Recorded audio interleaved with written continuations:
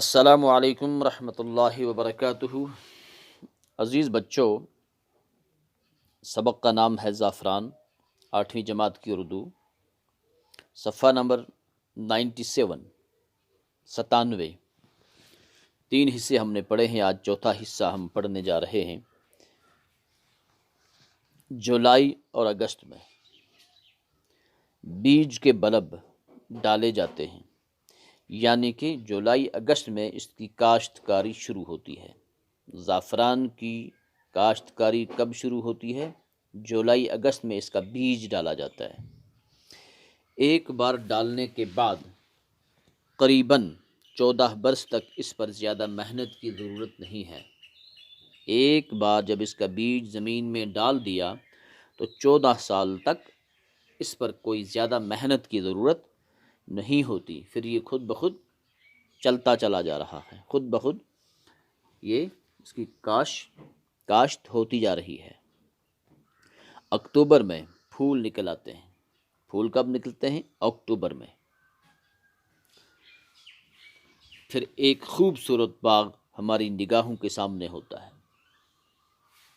اکتوبر میں جب پھول نکلتے ہیں تو ایک خوبصورت، حسین، دلکش باغ ہماری نظروں کے، ہماری نگاہوں کے سامنے ہوتا ہے۔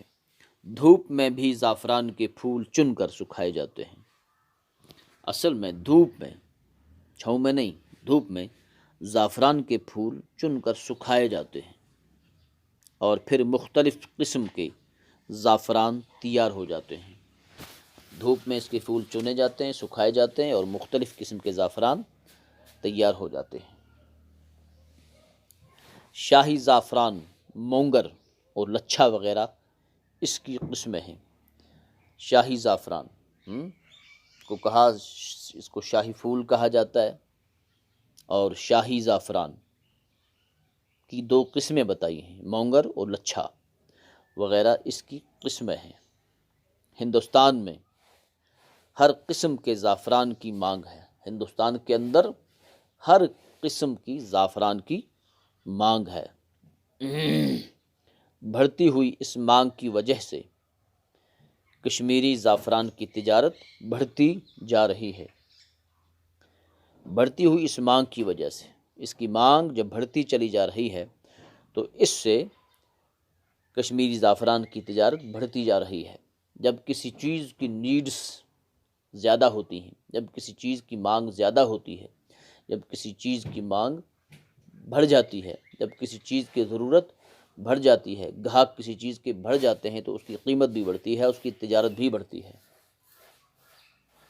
مثلا اس وقت ہمارے ہاں کشمیر میں گریوں کا موسم آنے والا ہے، اور جتنی ہی مارکیٹ میں اس کی ڈیمانڈ ہوگی، جتنی ہی اس کی ضرورت ہوگی، جتنے ہی اس کے زیادہ گاہک ہوں گے، تو اتنی ہی اس کی تجارت بڑھتی چلے جائے گی، اتنی ہی اس کی قیمت بڑھتی چلے جائے گی۔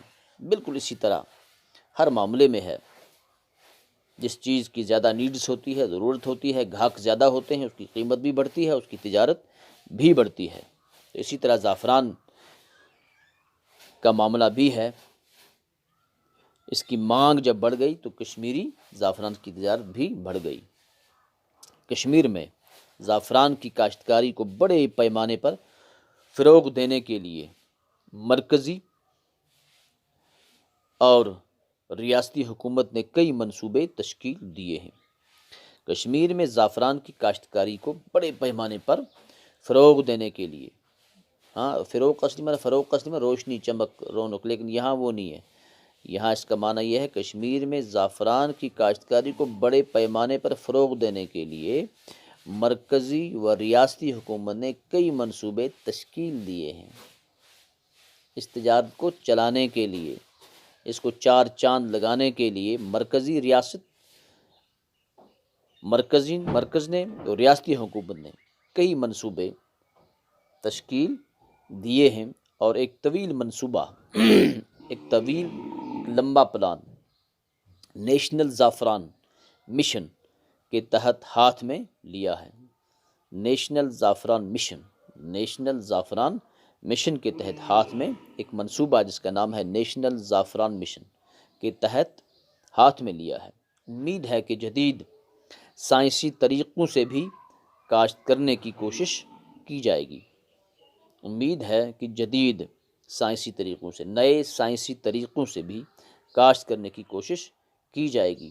اس میں ڈیولپ ہوگی کہ کس طرح اس کی کاشت کی جائے جس سے زیادہ فصل بنے۔ اور کالی داس نے اپنی نظموں میں زعفران کے حسن کو جس خوبصورتی سے بیان کیا ہے، اس کی اصلی خوشبو تمام دنیا میں پھیل جائے گی۔ تو عزیز بچوں، آپ کا یہ جو سبق ہے، مضمون ہے زعفران، یہ آج مکمل ہو چکا ہے۔ انشاءاللہ اب ہم اس کے سوالات اور ان کے جواب لکھیں گے انشاءاللہ۔ اب کل پھر ملتے ہیں۔ السلام علیکم ورحمۃ اللہ وبرکاتہ۔